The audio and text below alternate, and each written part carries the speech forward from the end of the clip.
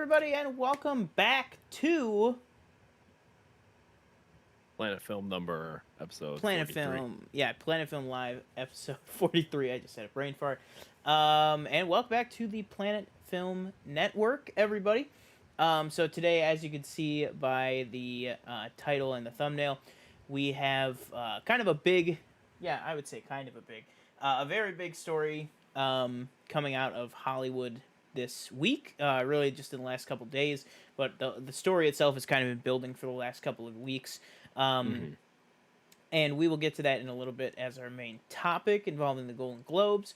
But before that, what you been doing? How's everything been going? You been watching anything special? Have I been watching anything special? Let's see. Well, last night me and Danielle watched, or Danielle and I, however it goes, I don't know. She was when I got home from work. She was watching the High School Musicals because that is their topic this week on the podcast, I guess. So I watched the second and third one with her, and then I've also been watching the Saw movies. Just, I think if anybody recalls last week, I was like, "Oh, my next kind of franchise that I'm gonna do is Star Trek," but I switched it up to Saw because Spiral's coming out this week, and you also decided to join me as well in watching those. So you are actually almost all done, and I've only watched the first three.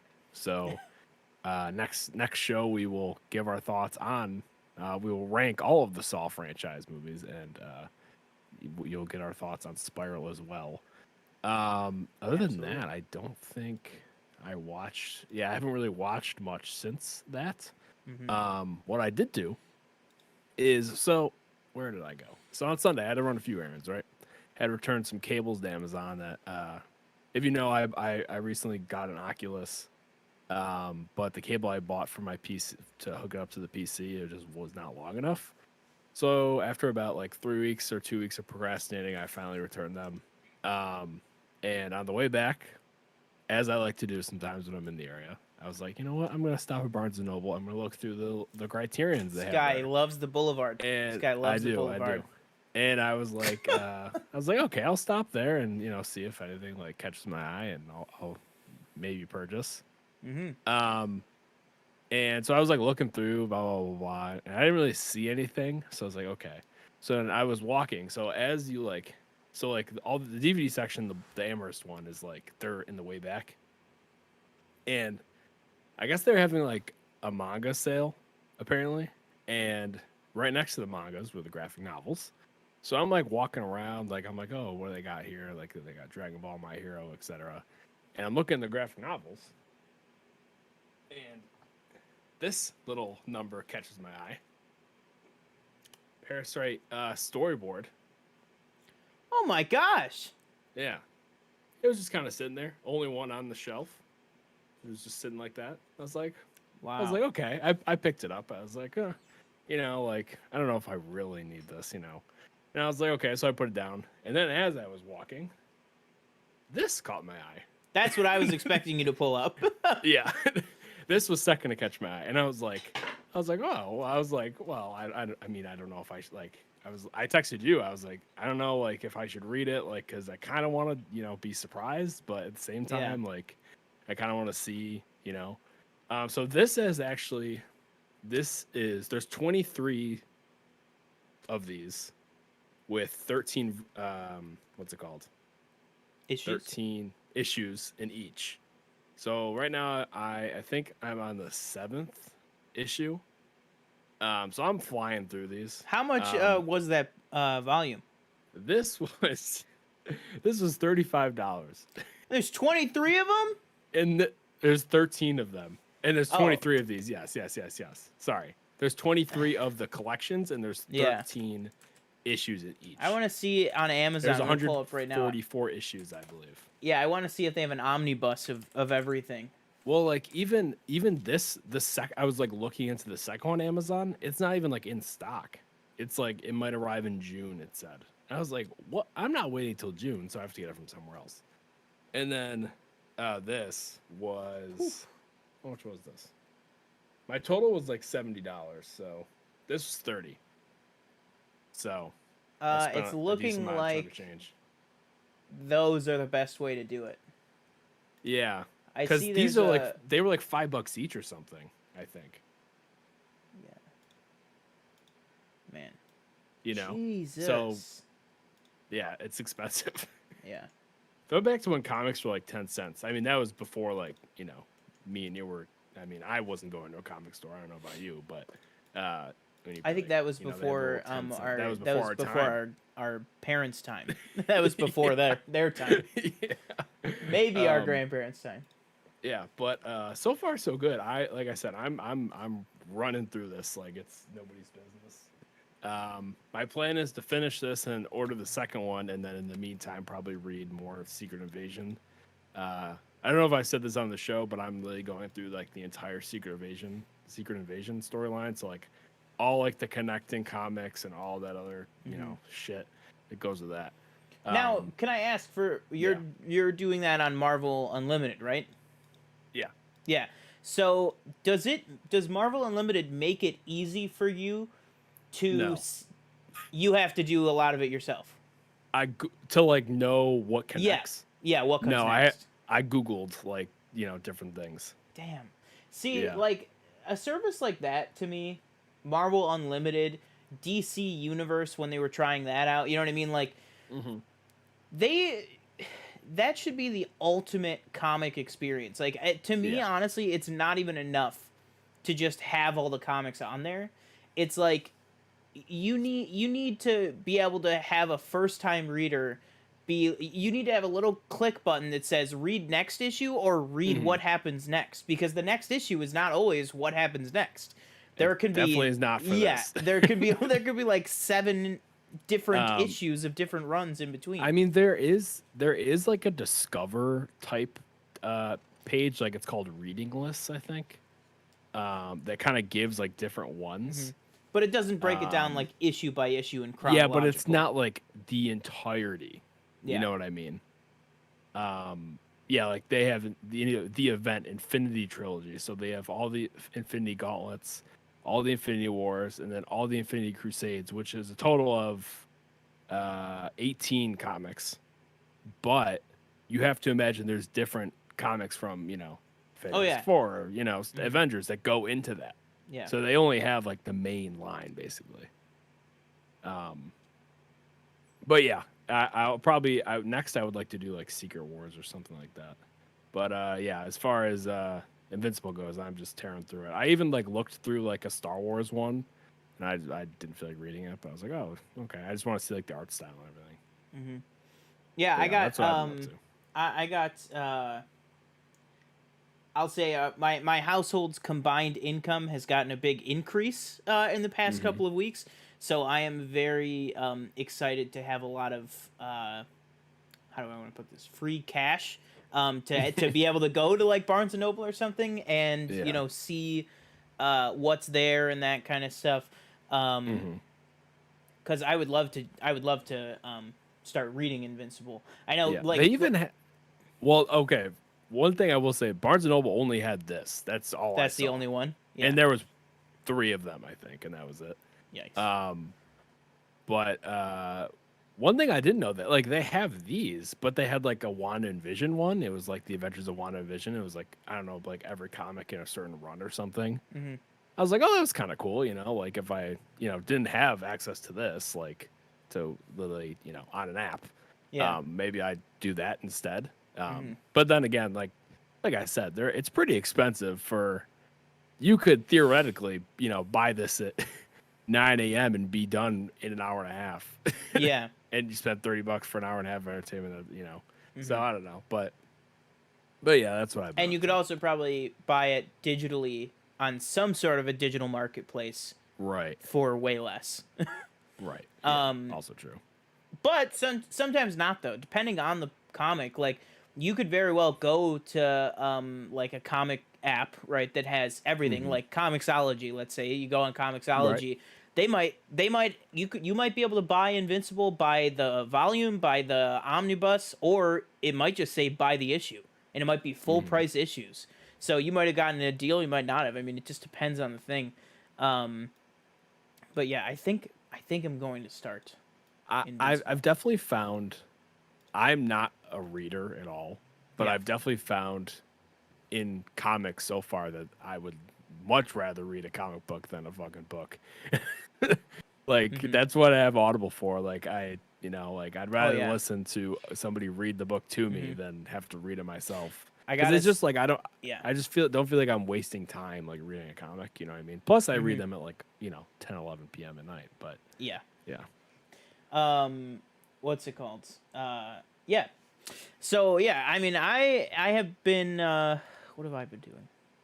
What did I watch? I think that's it. I think I watched. So what was it? Yesterday, I had yesterday I had a day off, and then Sunday I got out at like 5. So Sunday night, after we did Planet Council on Sunday night, which you could go check out if you are watching the Bad Batch along with us. We did our episode 2 review of Star Wars: The Bad Batch, so you can check that out right after this show. But after Sunday, I was like, all right, I'm going to start this Saw thing. And I honestly, well, okay, is it okay? What can I say about watching them? It's Saw. Like if you spoil something, I don't care. I don't mean spoil for the movies. I mean spoil for next week's show. Because next week's show, like TJ said, like your ranking. No, I'm not going to spoil my ranking, but I just want to say something about the franchise that might indicate something. Because next week's show, underrated. Next week's show is going to be all Saw all the time, because we will be doing our discussion of the franchise plus our review of Spiral. So tune in next week for that, because it will be an all Saw crazy extravaganza. But yeah, I think this franchise is very underrated. I think I don't know if that head shake is you agreeing with me or just you acknowledging what I'm saying. But I was telling Brianna this. I was like, I don't know if it's because, and she actually, when she got home yesterday, she actually watched 5 and 6 with me. And then she went to bed for 7. 7. But I was telling her, I was like, I don't know if it's because I've just watched all of these back to back to back. But I was like, they were really getting me. I found it compelling. I don't know what to say. No, I did tell you, like, if Saw is one thing, it has very good, like, whoa, Yeah, no, twists absolutely. Like no pun intended. It sinks its hooks into you. You know what I mean? It really, really does. But yeah, that's all I'll say. So yes, that is pretty much all I've been consuming the past at least 48 hours. Has been the Saw franchise. As TJ said, I'm almost done. I only have Jigsaw left, but Jigsaw. So before the past 2 days, the only ones I saw were the first one, many, many, many years ago. I think well over a decade ago, was the last time I saw the first one. And then I saw Jigsaw in theaters when it came out. So Jigsaw. So I have to rewatch. Yeah, I have to rewatch Jigsaw. But I do know what happens in that. But I'm not. I know what happens in it, and I know the twist, but I don't remember how it all fits together. So that I need to redo. And we said that's on Peacock, right? Yeah, it's on Peacock. Yeah. That's so what this. It's called Just Watch. Oh yeah, JustWatch.com. If you don't have JustWatch.com or the app or whatever they have, you need that. Yeah, tells you everything. Period. Everything. Also, if you Google, like with your Google Assistant, or if you have Siri, I'm sure she does the same thing.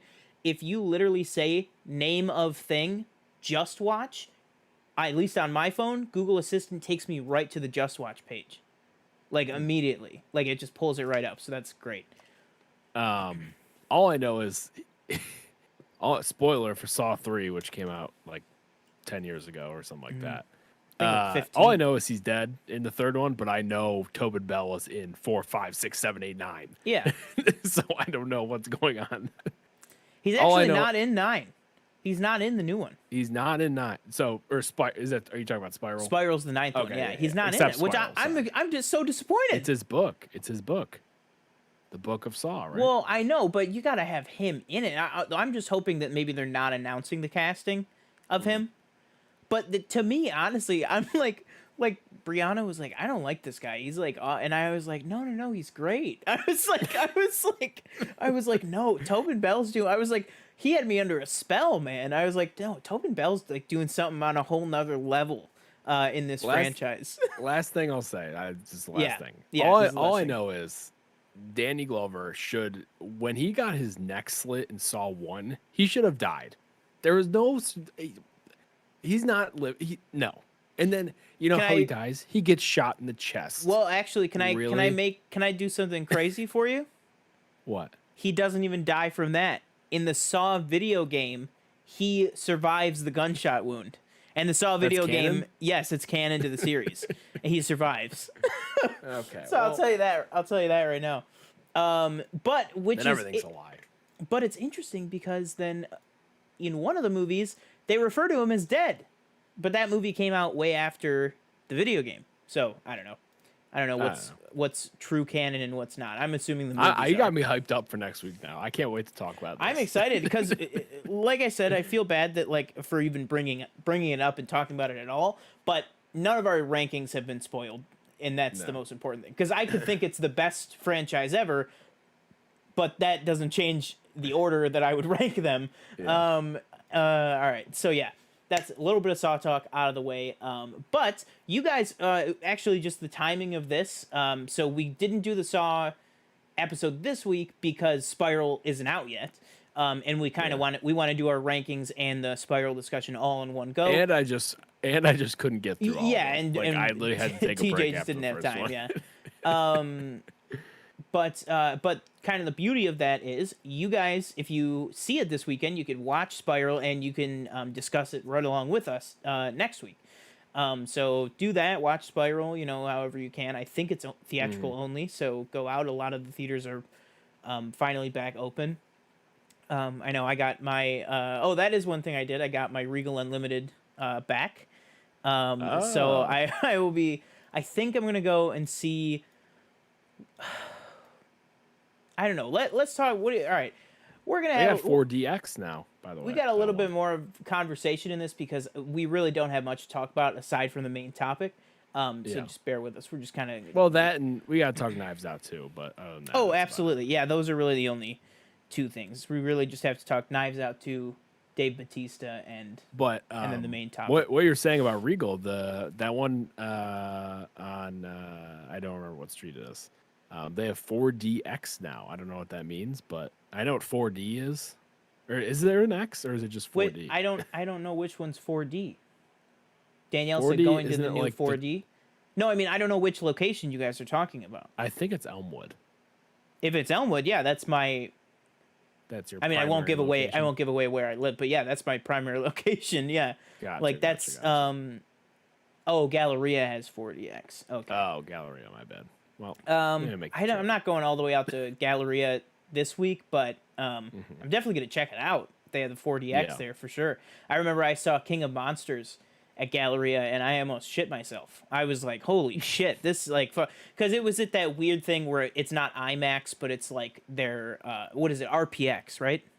That's what it was called. Yeah. So I watched King of Monsters in RPX, and I was like, I will tell you one thing, man.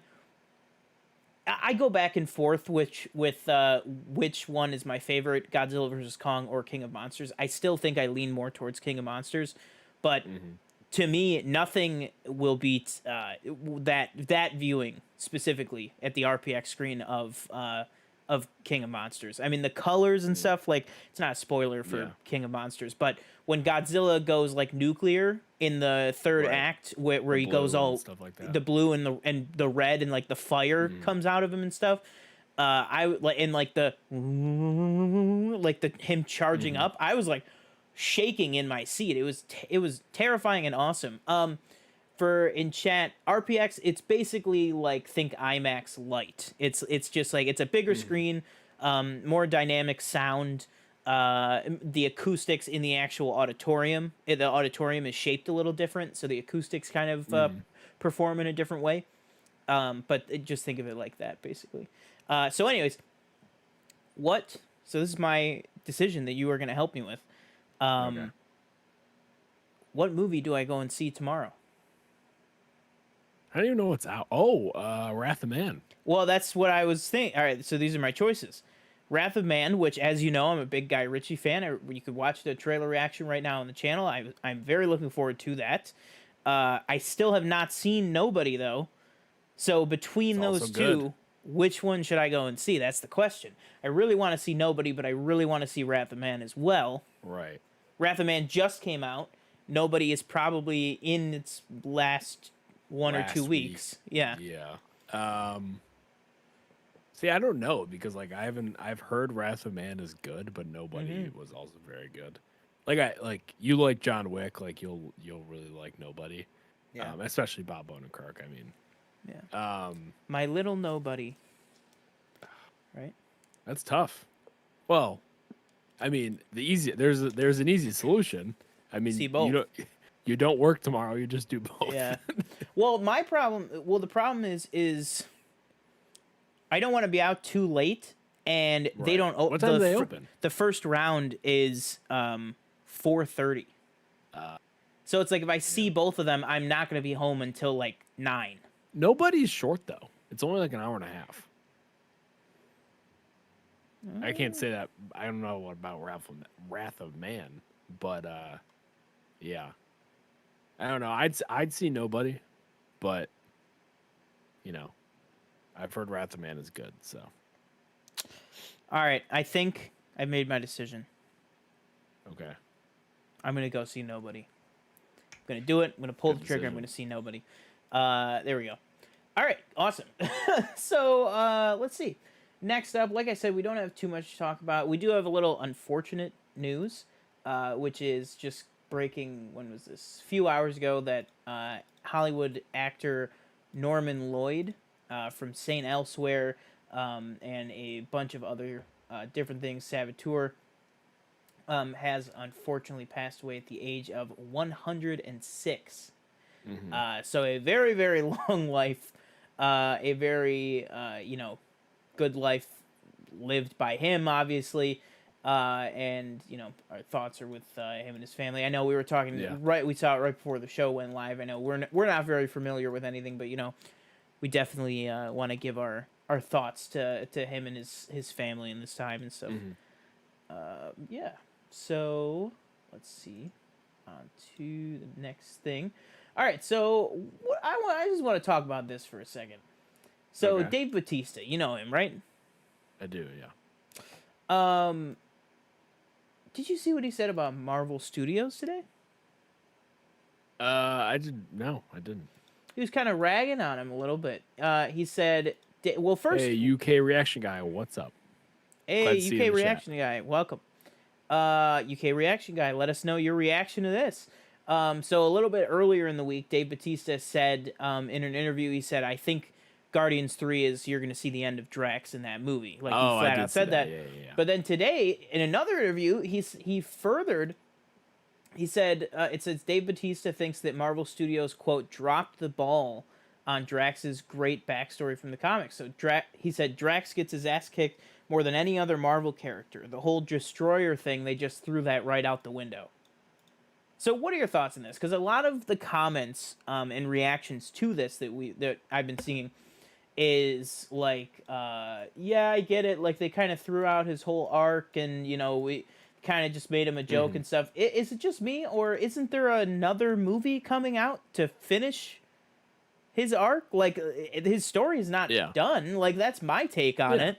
Like, I don't know why everybody's like, yeah, well, they just kind of made him a joke in the second one. And then it's like, did you really think Drax's backstory was going to be the most important thing in Infinity War and Endgame? You know what I mean? Like, a lot of those smaller characters probably got more sidelined just because of all the screen time that was needed to go around. You know what I mean? Like, it didn't further Mantis's story. Right. You know what I mean? Like, I feel like it was happened with a lot of people like that. Yeah, so I guess what are your thoughts? His story is not over because like you said, there's another movie. He's also been in multiple other MCU movies that are not This would be his Guardians of the 5th movie. Galaxy. Yeah. So, and I wouldn't say that like he doesn't like he. I don't look at that character as just comic relief. Like, yeah, he's funny, but like obviously he develops a relationship with Mantis. Not I don't know what that relationship is like exactly, but Yeah. and he's definitely there for everybody else. So yeah, I wouldn't say like he's like just kind of like a throwaway like, he's just here to be funny or like lighten the mood. I'm interested to see like what they do with him. Dave Bautista, he's what is he like 50 now? He's probably like I think late so, for 40s, sure. 50. I think he's probably 50. Yeah. Yeah, because this is the same thing. I think you said it where he was like, yeah, somebody else is gonna play that character or something like that. He's 52. Yeah, but shouldn't. I feel like this shouldn't surprise anybody because he's always been outspoken about things. Oh, for like sure. when James Gunn was fired and he was like, "Well, I'm not doing the movie unless James Gunn is coming back." Yeah, So, he full on quit. He was like, "I'm not." He was like, "I'm not doing it unless Yeah. Disney rehires him." So I feel like this really shouldn't surprise anybody. But yeah, I'm interested to see again. The third one has come out till what 2023. Yeah. Yeah, so you'll hear things about it before it comes out. It hasn't even has it been written? Yeah, it's written, just hasn't okay. started being filmed. But also, yeah, like you said, I take him as part comic relief, but I also take him as, I think, if you had to pick out of people who somebody I would describe as like a badass or like a great fighter or something, I would put Drax at the top of that list. Like in terms of hand-to-hand combat, like I think he's just as good as like Gamora and stuff. And also in terms of where he said, Drax gets his ass kicked more than any other Marvel character, I don't think that's true. I think the thing Dave Bautista needs to remember, and I think fans need to remember too, is none of these characters are their comic book characters. None of them. They are all completely different. They all have different motivations and different lessons that they learn. They are all based on the blueprint of the comic books. And honestly, I wouldn't want that Drax to be in the movies. That Drax is a crazy, like, he's just a killing machine, like with with his no name literally Drax the Destroyer. Yeah, like he's got, it's like he's basically just like this mindless, like with no character whatsoever. At least this, they gave him, a heart and stuff like that. And in terms of Drax's great backstory, I'm assuming he's alluding to, his wife and his daughter and stuff. They talk about that all the time in the first movie. It gets talked about again in the second one. The whole reason that everything happens in nowhere with the Reality Stone is because Drax can't keep his temper in the presence of Thanos because he killed his family, or he thinks he killed his family or whatever, or he had Ronan do it, whichever it was.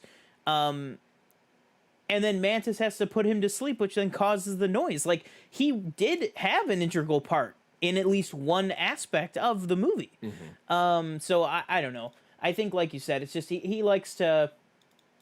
I think, honestly, actually, I was watching John Campia's show earlier today, and I think he put it well, not about this, but about the next Dave Bautista story we'll talk about. But he did mention, real quick, I just have to say the UK reaction guy in the chat, when he thinks season 4 is going to be the best season, I have to disagree. I think there's no way that they top season 1 ever. Well, there you go. Let's see what else did he say. My favorite actor is Millie Bobby Brown. She's a really good actor, and I wish Dave Bautista needs to be in Stranger Things. Yeah, I think Dave Bautista could go into Stranger Things if you get like season 5 or season 6 out of it. The Duffer Brothers have definitely said they have the end goal in mind. But I could absolutely see him moving into that universe. I think he would be a good fit for him. But yeah, just the last thing on that, he, like you said, he is famous for not having a filter, not caring about talking about whatever company he might be working for or acting for, that kind of thing. So I just think this is no different. He's just kind of speaking his mind. And honestly, he plays the character. He can absolutely have that opinion. You know what I mean? That he, just like Mark Hamill is totally within all of his rights to say whatever the hell he wants about Luke Skywalker. Doesn't mean that the director and the writer have to agree with it. But the actor, you cannot argue, definitely has ownership, at least somewhat, over the character they play. Right. So they can kind of speak whatever the hell they want about it. That would be great. All right. Let's see. What was next here? Oh, yeah. So let's talk Knives Out 2. You want to do this one? Maybe not really much to it. So I but... think, I think 2 days ago, Dave Bautista was. It was announced that Dave Bautista would star in Knives Out 2, and then today, I believe, it was announced that Edward Norton would be starring in Knives Out 2 as well. Yeah.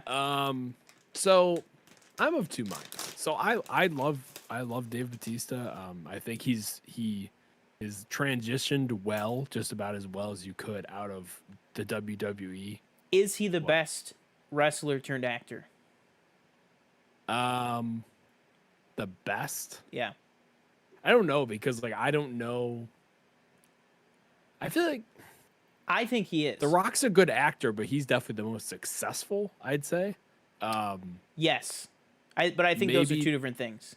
Yeah, I think because Dave Bautista is probably the scope of the movies he's been in. Like he had a small part in Blade Runner, obviously, but Guardians of the Galaxy. What else is he in?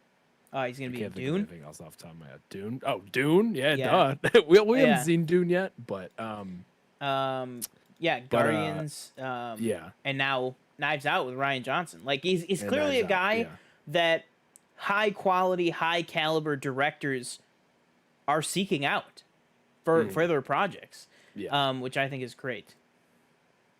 Sorry. And then my other thing, Edward Norton always just I'm so iffy on him because I like him in movies, but then I always hear that he's an asshole. You know what I mean? Terrible to work with. Just, that's what everybody always says. With. Yeah. You know, so it's I'm sure and that's one of the reasons you have not seen him that much. He did Motherless outside Brooklyn. of Wes Anderson. Yeah, he's in every single Wes Anderson movie, and he did Motherless Brooklyn recently, which he directed, I believe. Yeah. With Bruce Willis. Bruce Willis. And but yeah, I'm of two minds. I like him when I see him, but like you just said, I've heard he's hard to work with. So I'm interested to see how he comes. I hope I don't hear any of this ridiculousness of him being difficult. But yeah, I'm especially I was pretty with somebody excited like Rian Johnson about this news. Yeah. Especially because how successful the first one was. It's I don't need any input. I know what I'm doing. I mean, you think about Netflix paid Rian Johnson, the man, not a production company, not a company. They paid Rian Johnson $480 million just for the rights, to do the movies. Yeah, and to this give you is the perspective, reason why $480 million is around what RDJ got paid for his entire involvement in the MCU. This is the reason why I would think that his Star Wars will never happen. Why would you go do it if you're, if you just got paid $500 million by fucking Netflix to make, 2 movies? I don't have to deal with, the toxic fan base that can be Star Wars fan base sometimes. I have to deal with all this Twitter BS. I can just make these movies with, Daniel Craig and make bank from Netflix. Yeah, because apparently they have an unlimited supply of money. Don't know where it comes from. Yeah. We'll never know. All right, so let's see. What a UK reaction guy. Oh, I went to a theater, saw Godzilla vs. Kong. Yeah, absolutely. I think actually you just missed our Godzilla vs. Kong. We talked about it for just a second. I think right before you joined the chat. Yeah, I think. I definitely enjoyed it a lot. I think it's my second favorite of MonsterVerse. Yeah. Yeah.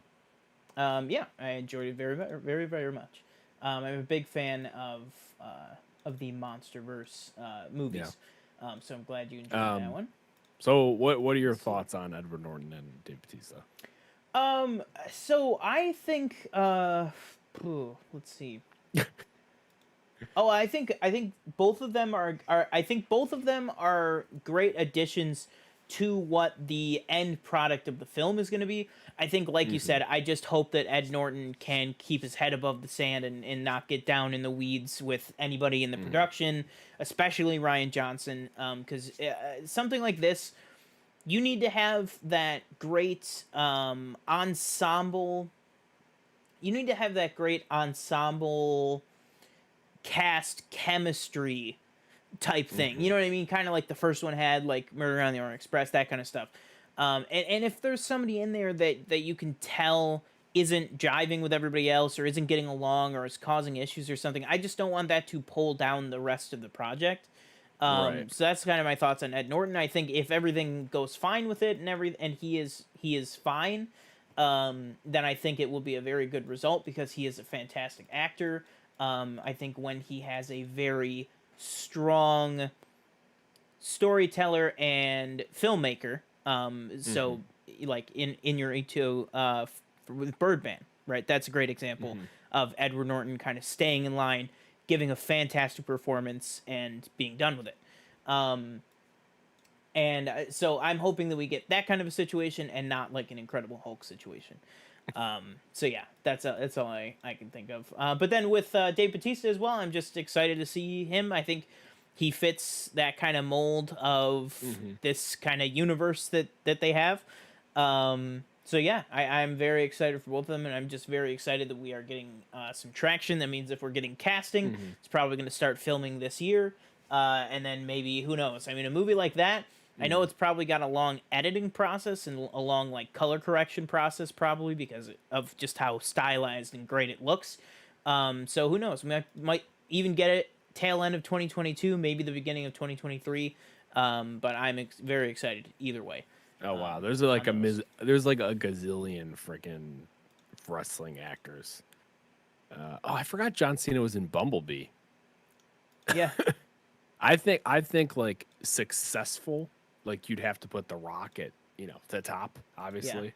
But as far as acting, I think John Cena's definitely. I feel like every movie he kind of improves. yeah. We'll see how he is in F9.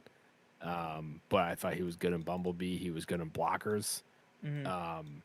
And then, yeah, Dave Bautista, I've liked him in everything, he's been in. But then we have like, I don't know how many movies Andre the Giant was in, but he was in The Princess Bride.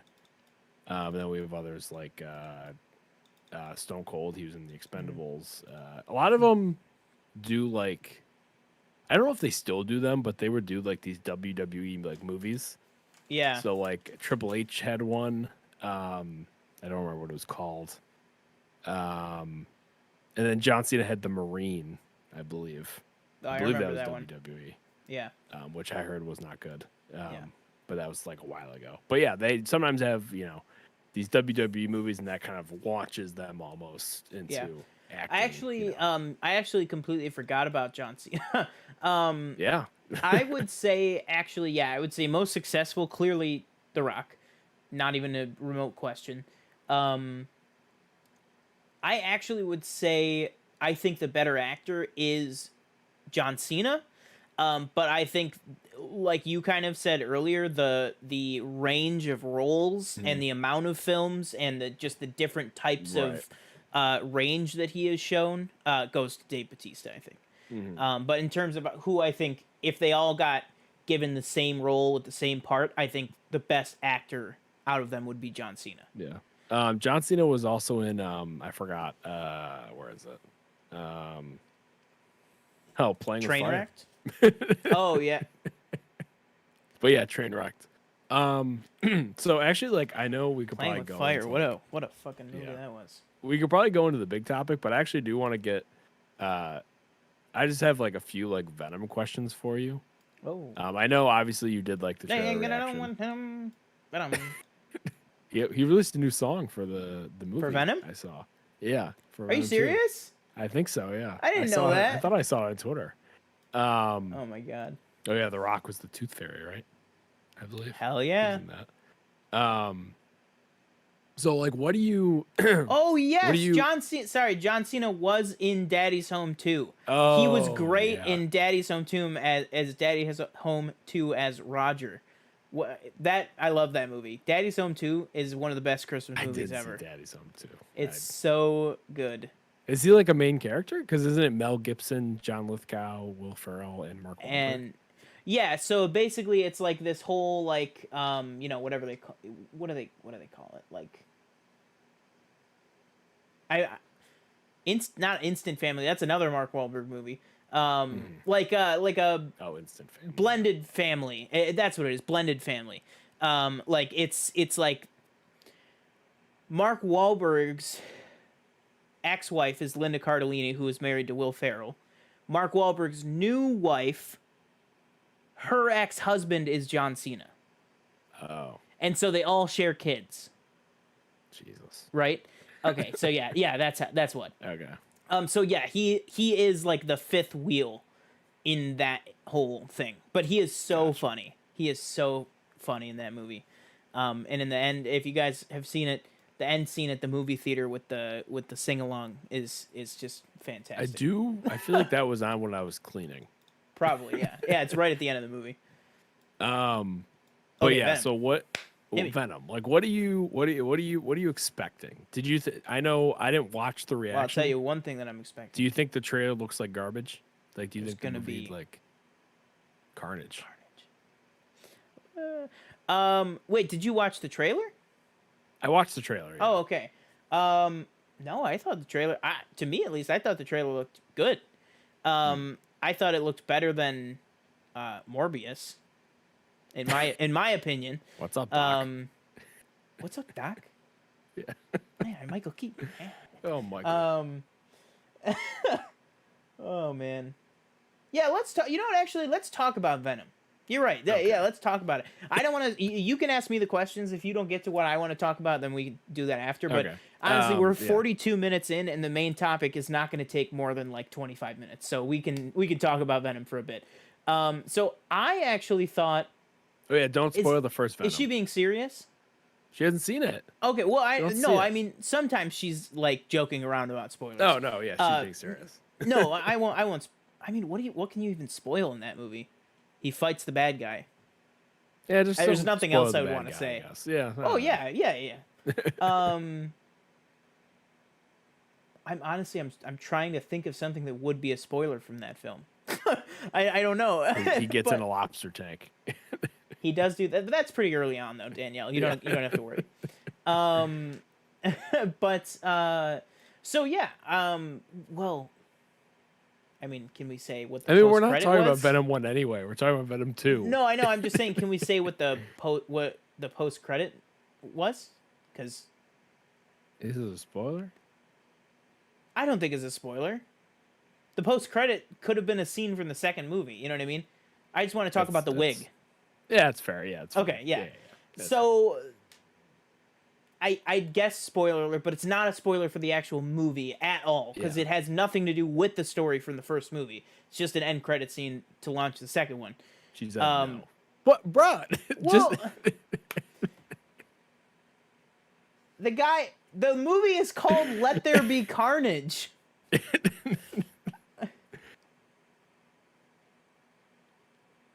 Well, all right, whatever. Okay, there's this certain actor in this certain place at the end of the movie. He says, "Let there be carnage," and he has a wig on that looks like a clown wig. Yeah. There we go. Yeah. Okay. So then you got the trailer for Venom 2, which has Woody Harrelson with a unrelated to what TJ just said. It has Woody Harrelson in it with a regular person haircut. And I think that is a big improvement. That is what I think that is a big improvement on the character. But I want to talk about the tone of it too. I think the tone is a lot more horror heavy for sure. And I am very game for that. I'm also, I don't know if you remember this, but we got Andy Serkis directing this. You remember that? Yeah, we do. Yeah. Yes, we do. Which I am super pumped for. Yeah. Because you got not even great, a fantastic, excellent actor in Tom Hardy. Meets a fantastic, excellent director and actor himself, and great mocap CGI entrepreneur, probably the best person in the business for that kind of thing, directing this. So I just think that pairing on its face is going to be fantastic. And then, I think the trailer just really sold it for me. I will say, because I was watching the Saw franchise that same day, I thought it was Donnie Wahlberg in the trailer. It was not. It was That's another thing we somebody have to else's talk name. about. Well, next week. Oh, next week, Donnie Wahlberg. Wahlberg. I've always really liked Carnage, or like the symbiotes in general. I've always been interested. I've always really liked Venom as a character. Venom. Maybe not the Eminem song. Oh, So I'm speaking of interested to M&Ms, see- can I make you jealous in 5, 4? It's the Got best him. right there. Sorry, I I usually had to get buy- the I had to bigger get a- pack though. I had to get a new bag I because don't get somebody the share- ate the I don't one in get my the own. sharing bag though. I get the family size bag. You get like the big? You get like the Halloween one? I used to. Wow. This guy came to my house, ate all my Skittles. But yeah, You're a I big thought it fan of looked- the symbiotes? Yeah, I like Venom. And I've always liked him as a character. So I'm interested to see what happens in this one. I'm interested to see if they make a third one. I'm assuming it'll make money. You know, I can't see why not. The last one made like $800 million or something like that. Oh yeah. So I'm very interested to see what they do, like with the characters, the end credit scene. Tom Hardy does the voice too, right? Yeah. Of Venom. Yep. Yeah, it definitely looks off. In the beginning of the trailer, he definitely looked like he was done with this. He did look like he was like, fuck this thing. Like, get me out of here. I don't want to deal with this creature being on me all the time. Oh, that was I've the other heard- thing. I just remembered. Dave Bautista was in Spectre. Right. Yes. So yes, yes. re-teaming with Daniel Craig. Yeah. Look at that. I've also heard rumblings that this could be in the Garfield universe. No. You got that all wrong. This movie takes place 100% in the Raimi universe. They already have their Venom. Listen, this is the theory. Well, where do you see the Garfield I didn't see it universe? anywhere. I was just watching a show and somebody was like, "Oh, Garfield." Oh, okay, I was because like, "Oh, okay." if you look at, hang on, let me see. It's got to be on Twitter at some point. There we go. Not only is it the exact same Daily Bugle logo, Oh. but it is the exact same breakdown, everything. It is the same newspaper. That on top of the fact that Morbius, remember way back in the day of 2020, early 2020, when the first Morbius trailer came out, and everyone went, God, how incompetent are the people over at Sony that they put a picture of Tobey's Spider-Man on the wall instead of Tom's. You remember that? That said murderer over it, and it was Yeah. Tobey's Spider-Man. And Yeah. people were like, oh, some intern got fired. They used the wrong picture. I don't think they did use the wrong picture. I think all of this, what do they call it? The SUMC, the Sony Universe of Marvel characters. I think that Doctor Strange 2 is going to link them all. Oh. But I think God. to begin, well, I mean, you had to figure it somehow they were going to come over. Well, you think about how much... Because I need to keep. Or I'm sorry, not Doctor need Strange. this- Not Doctor Strange 2. I meant to say No Way Home. No way. Still, I don't need. You know what? I don't. Here's what I don't need. Well, but I what were don't you need- expecting with Michael Keaton in the Morbius trailer? No, that's fine, but I don't need, Venom 1 to be canon to the MCU. Don't need it. I don't need Venom 2 to be canon to the MCU. Well, but do you really need anything else to be canon to the MCU? No, I don't need Morbius to be canon to the MCU either. I really could give two shits. Like honestly, if you just, like if honestly, all honesty, you give Morbius as a character to just Marvel, guaranteed they're making a better movie. If it's bad, if Morbius is bad, True. So it's like even with like again, nothing against Andy Serkis. It's probably more against the production company, if anything. But if Venom again, Venom 1, I didn't think it was great. Did you liked it? Mm-hmm. Yeah. Or watched that instead of Star is Born. I should have watched Star is Born instead. Um, but I just if want to Venom another 2 look is, at you. if Venom 2 is hot garbage, like I don't want that connected to the MCU because then I feel like it ruins like this is gonna sound so like stupid, but like it ruins like the allure almost. Like MCU, like they don't miss usually, except for like Thor 2, like it's not a great movie, or like Iron Man 2, or what else is bad or not great? Hulk, I guess. Yeah. Pretty much those. But they're not like awful. They're just like not great movies. Like Venom 2 has the the the possibility to be hot garbage, like terrible. Yeah. And Okay. it's just, Do you have the stream up? Yeah, I do. Okay, I'm gonna put this image on the screen. Okay. 1 second. I mean, it is not like close. Like it is the same. We are going to see the new Michael Myers movie when it does. Does that come out in October? Yeah. Yeah. Yeah, it's definitely the same. There's also something real quick when he like turns the page, I've heard. It says like Avengers Lost or something, right? Yeah, something like like Avengers that, yeah. Lost to blah blah blah, like a headline. Which is very interesting because there have been reports, well, a little bit more than reports, that, well, do you care if I say something that's been reported to be in Doctor Strange 2? No. Apparently a alternate version of the Avengers from the Raimi universe is going to be in Doctor Strange 2. What? Yeah. I genuinely think between No Way Home and Doctor Strange 2, there is going to be a lot of things coming over from the Raimi universe. That's why I am so convinced that this must be what they're attempting here. Is they're attempting to bring some of the good stuff from the past over. And the whole thing of, well, it wouldn't be Like Willem Venom Dafoe. because they already did, Topher Grace, that whole thing. Yeah. Well, a recast is a recast, whatever.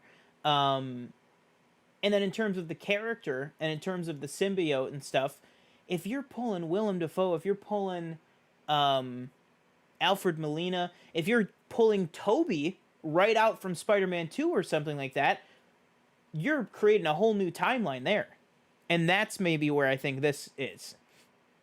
You know what I mean? So I think maybe this is in a universe where maybe like Spider-Man 3 never happened or something like that. I think I will be if I sit down for either Spider-Man 3 or Doctor Strange 2 and Willem Dafoe is not in either of those movies, I will be very disappointed. You're gonna I riot? really shouldn't get my expectations up. And don't get me wrong, when I first watched Spider-Man, like that first one when I was, like 12 or younger than that or whatever, Willem Dafoe scared the shit out of me. Like Green Goblin scared me. Finish it! Yeah, like that stuff was very scary. From evil! But I will be very disappointed if he does not show up. Yeah, same. Absolutely same. So And what I don't else? know, What maybe- else yeah. for Venom? Did you want? Venom, to- I just I don't know. I was. Can I interested tell to you some of see the if things that Venom has eaten? Sure. So this is coming from Fandom. They always put together these nice, fun little infographics and stuff. So this is creatures that Venom has eaten in the comics. Humans, cyborgs, other symbiotes, living sand, bestials, Skrulls, Kree, Asgardians, frost giants, true fairies, deviant mutates, and squirrels. Wow. How about that? So he could Oh, were you surprised to see? Oh, I'm thinking of a different trailer. Never mind. What? I thought Joel Edgerton was in the Venom 2 trailer, but he's in the Green Knight trailer. I got my Oh, trailers okay, mixed up. yeah. What do you think about Yeah. what do you think about the Carnage look? I think it looks very good. I think it looks very good as well. I think it looks Yeah. better than the previous symbiote that's not Venom Mm-hmm. from the first one. Yeah. I think it looks much better than that. And I do think as well, I think that the red looks very good. And all the tendrils and stuff, like, I think it looks very, very good on screen. I wonder. I'm interested to see where Naomi Harris comes in. You know, because Yeah. you didn't really see much from her in the trailer, and Mm-hmm. you just saw her in this box, and then kind of freaking out at one point. So I'm interested to see where she kind of comes into play between the two of them. And I'm interested to see just Woody Harrelson acting Yeah. like a crazy person. Same. Same. All right. Do you want to go on to our main topic? Yeah, let's do that. All right. Ooh, this Chinese poster looks kind of cool. Sorry. No problem. All right. So this is coming off of a lot of build up here. But basically, what is happening is that there is an organization. I don't even know how to address this, but basically, the main headline is the Golden Globes for 2022 have been canceled at NBC. Oh my god. So let's break it down from there. So the same way that the Oscars, right? The Oscars are the event, the governing body that votes and does the event and everything is the Academy of Motion Pictures and Motion Picture and Science Art. Mm-hmm. The Hollywood Foreign Press Association is the body that puts on the event of the Golden Globes. So it's two separate things. So the Hollywood Foreign Press and the Golden Globes. One is the actual organization, the actual company, the actual well, it's technically isn't a company, but we'll talk about that. It's the organization, the charitable organization, that puts on the events of the Golden Globes. So it's not one and the same thing, but one obviously affects the other. So let's talk about kind of what's going on here. So this cancellation of the Golden Globes 2022 is coming after basically the last couple of weeks you've had people. It first started with the big one was Scarlett Johansson speaking out against them for kind of, she's saying that she's had some less than savory interactions with some of the members, feeling, kind of pressured, which is unfortunately something that we have heard, not just from the Hollywood Foreign Press Association, but from different, what do you even call it? Different companies, different people, different entities in Hollywood. And of course it happens in every industry across the world. But Hollywood is usually gets a light shined on it a little more than others. But she spoke out big about that. Then her one of her best friends and co-star of the Marvel movies, Mark Ruffalo, also spoke out against them for kind of the hypocrisy of the fact that right in the name, the Hollywood Foreign Press Association, it's supposed to be taking in the world's views on these different movies and television shows, because for those who don't know, Golden Globes is the one that does movies and television in the same night of awards. So it's supposed to be kind of the outside looking in on Hollywood, honoring Hollywood with outside countries' perspective, because, obviously every movie that Hollywood makes, it's not just American audiences that are seeing that, it's going all across the globe. I feel like people, it's easy to forget that living in America, that somebody in India is also watching Avengers Endgame. You know what I mean? That kind of thing. So it's tough to keep that in perspective sometime. And the Hollywood Foreign Press Association is supposed to be one of the things that help us keep that in perspective and appreciate the worldwide film community, not just here in America. So let me break down some of these numbers, and I will say full on. This is not plagiarism, but John Campea, the John Campea show today, he broke down a lot of this information. I don't even think that these are his graphics. I just think I don't know where they came from, but that's where I got them from. But I'm not going to display. I'm not going to use them as my own. I'm just using it for the information, just for full transparency, for anybody that might have watched both shows. The Academy. So the Academy is the voting body that puts on the Academy Awards, aka the Oscars, every year.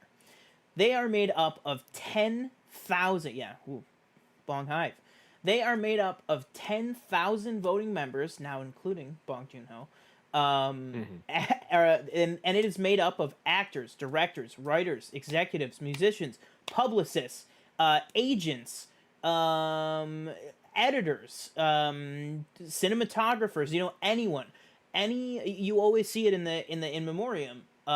You might be like, why are they doing cinematographers and screen writers and stuff like that? Because those are the people that make up the Academy. It's not just on-screen talent. It is all the talent that goes into making a film. And so they are the Academy Awards, the Oscars, are voted on by 10,000 voting members. And the Academy is not perfect. That is not what we are trying to say here. The Academy definitely has its own problems. Exactly. The Academy has definitely its own problems. But in this instance, what we want to talk about is the sheer number of people. Now, the Hollywood Foreign Press Association, which is the voting body that puts on the Golden Globes, has 87 members. 87. Not 100, not 1,000, not 10,000, 87. And these are film journalists who live in Los Angeles but work for foreign outlets. So they aren't even, people who are all spread out across the world or anything. They are LA-based journalists who work for foreign outlets. And there's basically three main issues that people have with the Hollywood Foreign Press. And that is, number one, is representation. Out of those 87 members, 0 are black, and there hasn't been a black member of the Hollywood Foreign Press in at least 20 years, because there was this whole big, huge story that broke with one of the major trades. I can't remember if it was Hollywood Reporter or Variety. Do you remember? I think it was THR. But it was a member, basically, of the Hollywood Foreign Press, came out and spoke to one of the major Hollywood trades, and kind of blasted the Hollywood Foreign Press anonymously, saying, I've been there for almost 20 years, and there has never been, a member of color, or at least a black member since they've been there. So it's at least 20 years. So the representation has been called into question on them by many, many actors. At this point, when this kind of conversation about the representation had started, you had many actors speaking out about this, not just anymore Scarlett Johansson and Mark Ruffalo, a lot of the Marvel cast, and then a lot of just actors in general started speaking out about it. Now, another thing that is a major issue is honestly voting corruption. Right. So that is, you go back many years, and the Golden Globes, honestly, it's kind of funny, and John Campea mentioned this too, where he's like, it's kind of funny that this Emily in Paris thing this past year is where everybody kind of noticed, or really were like, wait, let's look at that a little deeper. Right. Because the Golden Globes have always been famous for nominating things that people go, that are like, what? Yeah, what? Like, what the hell are you talking about? Like what I told you earlier about, what did I say it was called? Sing? With, music or Sing Cena. Or whatever? Yeah. There's music or Sing that I had heard was, I never watched it, but I heard it was not only terrible, but it was also, like, very offensive to people of, like, the disabled community and stuff like that. And it was nominated for, like, best musical or comedy or something like that. But yeah, that's just like the one example where it's like it gets bombasted in like the review section. Like if you go on like Rotten Tomatoes, it's probably like 15-10%, and then it's nominated for a Golden Globe. Yeah, absolutely. And then, so basically, there's a long track record, like TJ said, with that particular film and a bunch of other films that people have, and people have honestly said it before. They've been like, "Oh, well, they just nominated that because they want Matt Hmm. Damon to come to the award, or they just nominated that because they want Ben Right. Affleck to come to the awards, that kind of thing." Oh, oh, there we go. What? Nothing. Oh, Discord just bugged out. oh. We got really big in the frame for a second. Um, so yeah, that's been happening for years, and then it really came to a head with this Emily in Paris, which Mhm. I'll say, I think I can probably speak for both of us that we're fans of Lily Collins as an actress. I'm not saying this Yeah. has anything to do with her, but it was her show, her like main. She was the main character. I believe, wasn't it a Netflix show? Right? Yes, it was a Yeah. Netflix show. Yeah. And so this was a Netflix show that came out last year, or in 2019, I guess it would be, because everything got extended. Hmm. Or I'm sorry, 2020. I don't even know what I'm saying anymore. And yes, Lily Collins is a very big talent. She's a very talented person, but the show was not received all that well, um, which was a big shock to everybody when it got nominated for Best Original Series at this past Golden Globes. And everybody was like, what the hell is going on? And people found out that it was basically because, now this is important to remember for what we talk about in a second, not Netflix itself. We're not talking about the studio itself, because a lot of this stuff happens way below those guys. This is happening on the producer level. So we're not sure who that is. Some sort of employee at Netflix. Basically flew out 30 members of the Hollywood Foreign Press Yeah. in these first class airplane seats, flew them to Paris for a press junket, and that's not a strange thing. People like, I think of Jumanji 2, right? In Jumanji 2, they flew some people that we watch, like Brandon Davis and Perry Nemiroff and a couple of other people. They flew them out to Hawaii to cover Jumanji 2, because sometimes they will do that. They'll do it at a location to make it kind of a cool experience for the critic. Right. Yes, of course, it's to kind of butter them up for the movie and stuff, but those are critics. Those are just Yeah. people that will write their reviews, and most of the time they will just write their review the way that they always will. That's not going to sway them very much. These are people who are supposed to be duly elected members of this association, who vote unbiased to award Right. these productions awards that directly result in financial gain for future projects and for that project, and all that kind of stuff. It's very obvious why that's an issue. Um, and so basically, they gave them the luxury treatment. They put them up in a 5-star hotel for 3 days. They gave them everything. And the member of the Hollywood Foreign Press who came out and said something about it, I think the quote was, they said that they were treated like kings, basically, which is terrible, obviously. And then, lo and behold, a few months later, you see Emily in Paris gets nominated. So we have the corruption Right. and the representation issue. And then the last one is basically the money. So, like I said, this is supposed to be a non-for-profit organization. The Hollywood Foreign Press is Right. supposed to be a non-for-profit, and actually, they're supposed to be a non-for-profit that donates to a very particular thing. So they have their contract with NBC. They get paid tens of millions of dollars every year to host the Golden Globes, to throw out the Golden Globes. So yes, the money obviously goes to throwing the Golden Globes, but then there's a lot left over, and they are non-for-profit, which means you take the money to run the event, you take the money to make sure the company can still exist, or the organization can still exist, and then every penny that is left over is supposed to be donated, because they don't take profit. And not only is it supposed to be donated, but it is supposed to be donated. Their mission statement is it's to help aspiring film makers, college film Oof. programs, yeah, exactly, like college. What am I trying to say? Like college film festivals, that kind of thing, local Right. film festivals. So not only is it supposed to be donated, but it's supposed to be nurturing the community and the industry that they're supposed to be a pillar of.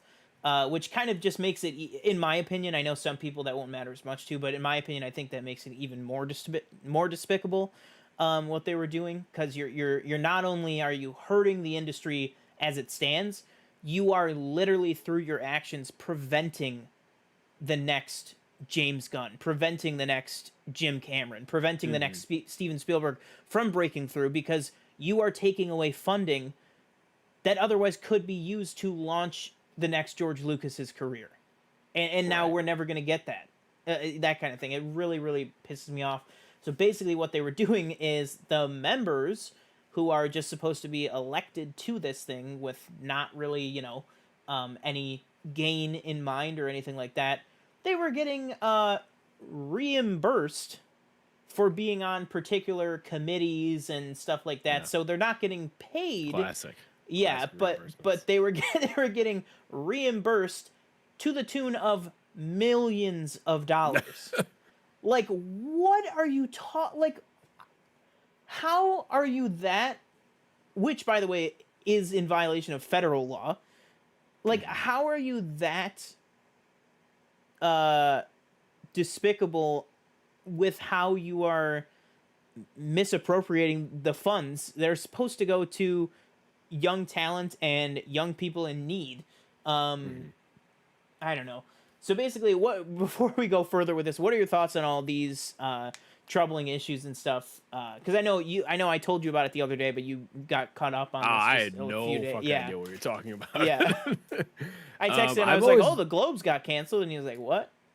It's like, I've always been of the mindset that, like, when I think Golden Globes, I always think like, well, I'd rather have an Oscar. So those have always been second thought. Like when I watched it this year, I was kind of like half watching it. Yeah, for sure. I am like surprised that this went on for so long. It has always been the thing where it's like, like you said, like things get nominated for Golden Globes that have, when it comes out and when it gets reviewed, usually it seems as though they have no business being nominated, and yet they still are nominated, which like confuses somebody like me, because I'm like, what? Like, this apparently this is terrible, and yet it's good enough for a Golden Globe, which is supposed to be like, Oscars 1, Golden Globes 1A usually. So that stuff always, was interesting to me. That shit is like crazy that they're just basically like stealing. And that I didn't know I never knew that there was really only 87 members. Or is that what is it? 87? Yeah. So because you think those 30 people they flew out, that's a third. That's what I was gonna say. Over a third. That's a point that Campy makes great in this video. That he's like, that's literally like, if they flew out, that's almost that's not half, but it's close to half. Yeah. Like if they bumped up another like 12, 15 people, that's half of the voting body. Yeah. But yeah, the whole diversity thing is definitely a big problem.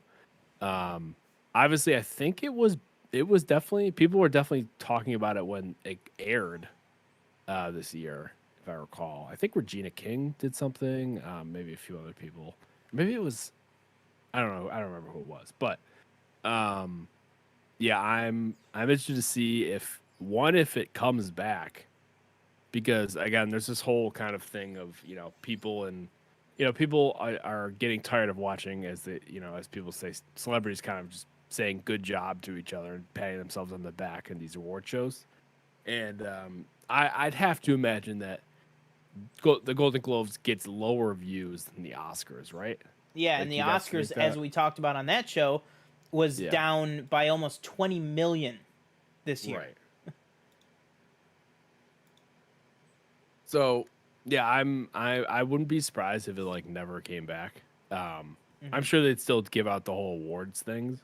But yeah, I wouldn't be surprised. And then this might be jumping into the next thing, but then we had Tom Cruise like send back his 3 Golden Globes. That's what I got up he here. Put him in a box and went, "Here you go," and sent him back. Yeah, so that's so I'm going to read this quote from Variety, and that is, "It is the most high-profile repudiation yet of the HFPA from a single star after several actors, including Scarlett Johansson and Mark Ruffalo, called for the industry to step back from the Globes until more substantial reforms are put in place within the organization. Netflix, Amazon, and Warner Media, and I believe Disney since the time of this article from Variety. I'd have to imagine in due time it's going to be everybody. But right now, this says Netflix, Amazon, Warner Media have all announced boycotts of the HFPA, and NBC Universal announced on Monday that that NBC would not air the Globes in 2022. So yeah, literally you have Tom Cruise, who, you know, whatever you have to say about Tom Cruise, he is one of the most consistent movie stars for the past 3 decades plus. Like, he literally, like TJ said, he boxed up and sent back his Golden Globes.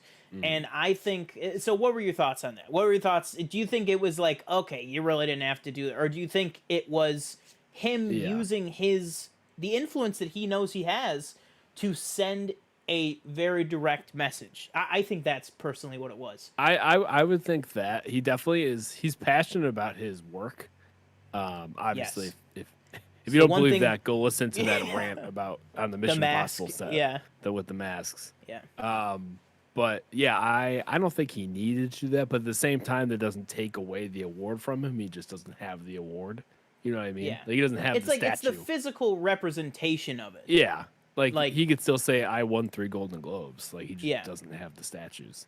But yeah, it didn't. I liked that he did that.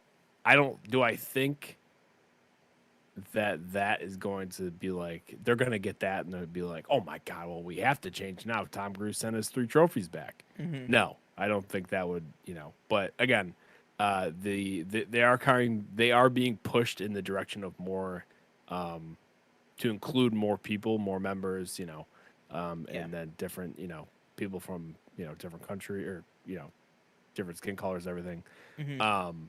And that's just kind of the way everything, like, Hollywood's going, especially, the Oscars has also had that, that problem too. Yeah. Or the Academy. So, yeah, I'm interested to see, like, again, like, I think we're leaning, it's going towards, like, maybe it just doesn't come back. Yeah. Well, let's talk about that, because that's the main question in the title of the episode. And somebody's Is there hope? Is there somebody's got to be investigating too, right? Because they stole money.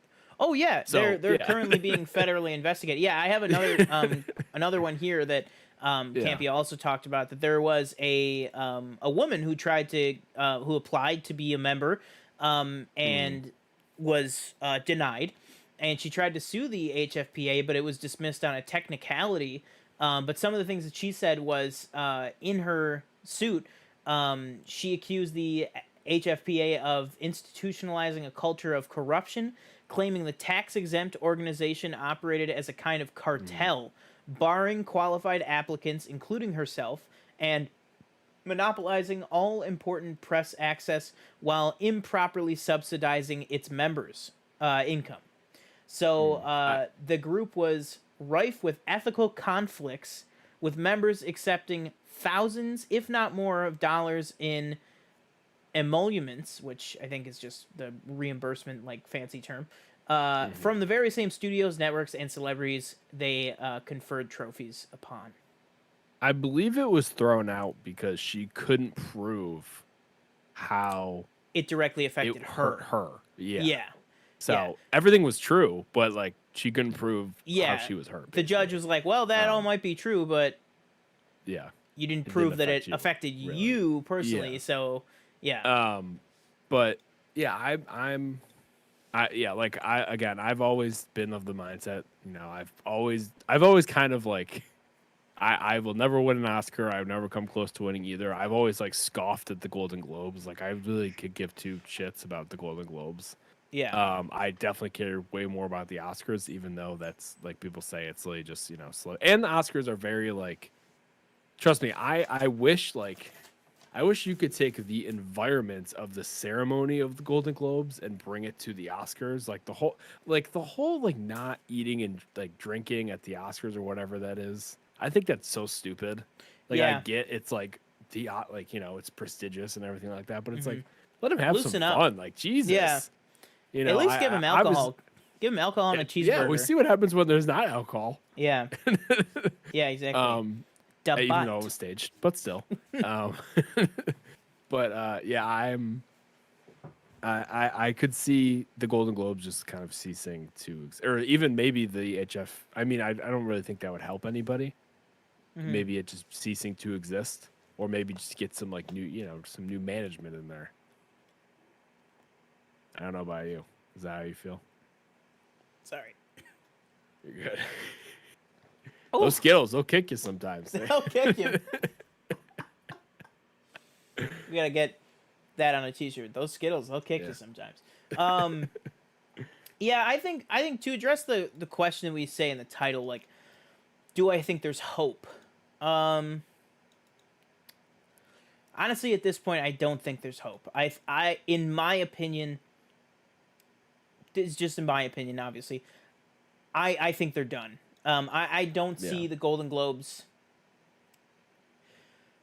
Maybe the Golden Globes can find a new organization to back them, but I think the FHPA is done. I don't think there's no way.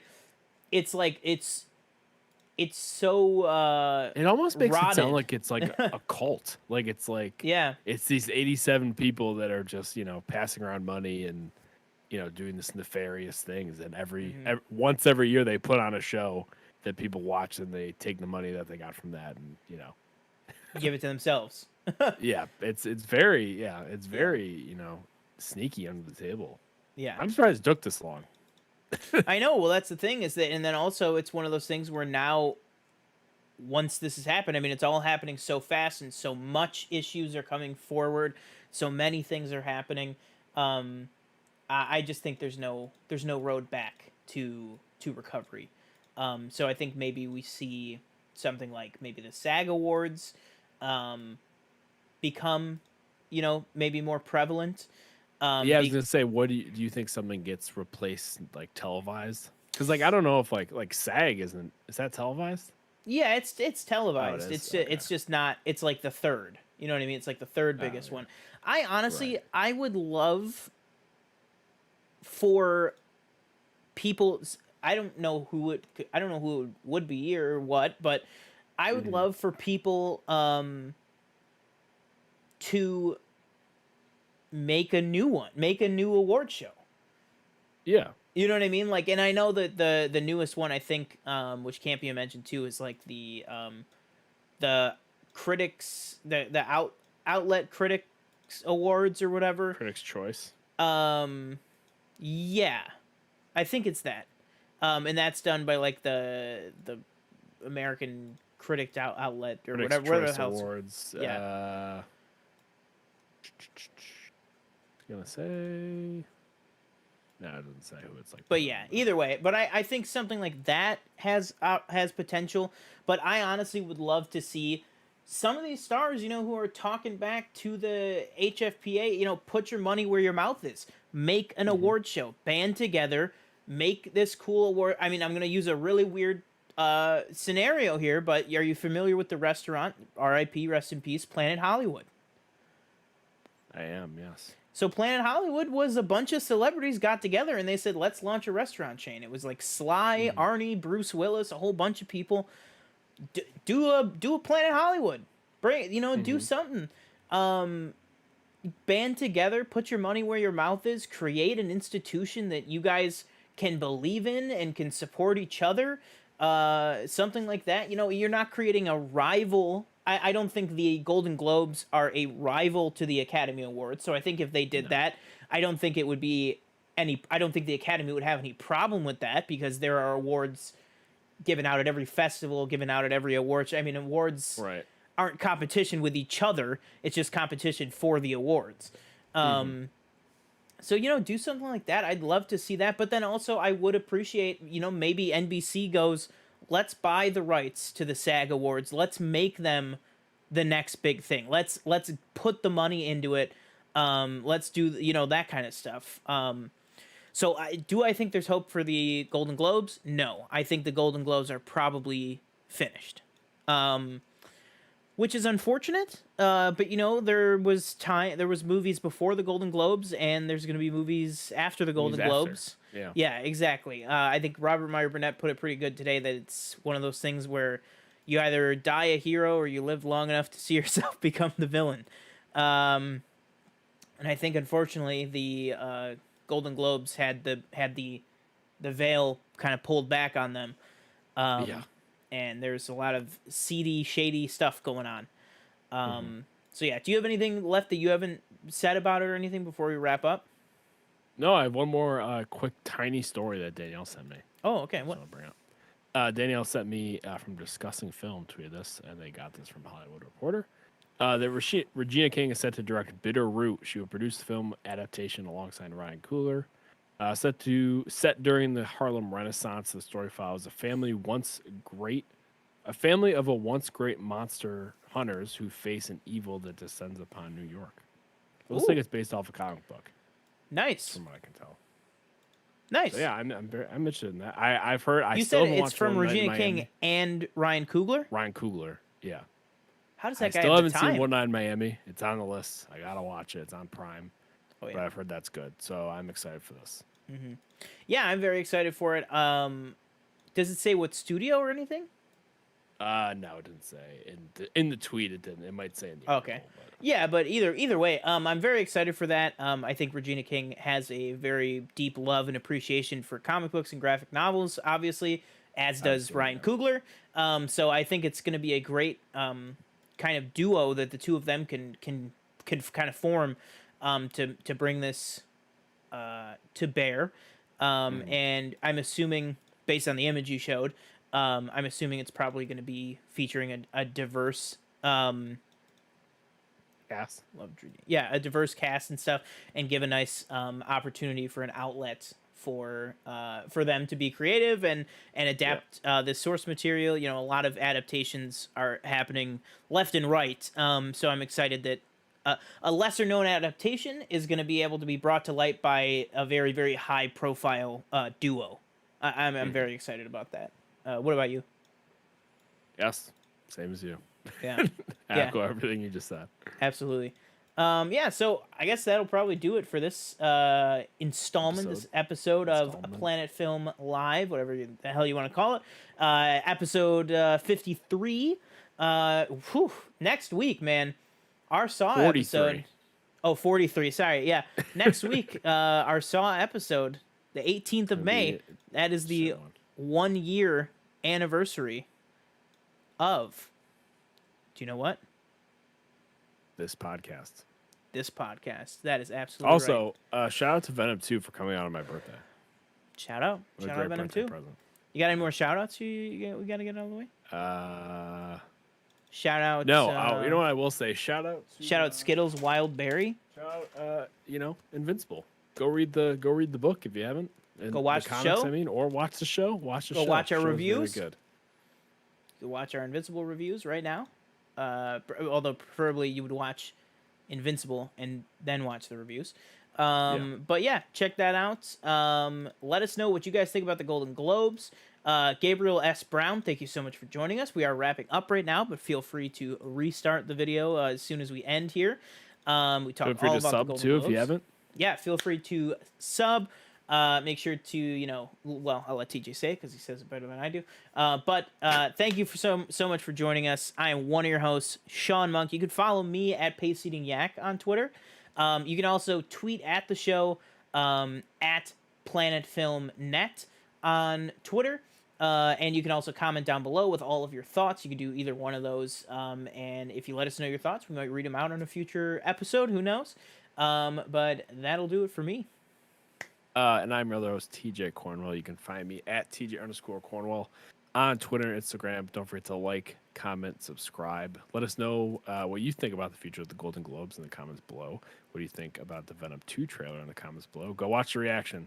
Very low in views. Needs to be higher. I'm sorry. Yeah, I'm just going to put that Venom play out there. Has to be higher. Let's get. And go check out my The Green Knight reaction that I just did earlier. And that'll do it for us. And we'll see you Saturday for our Bad Batch episode 3 review slash thoughts slash reaction. So we'll see you next time. Peace out.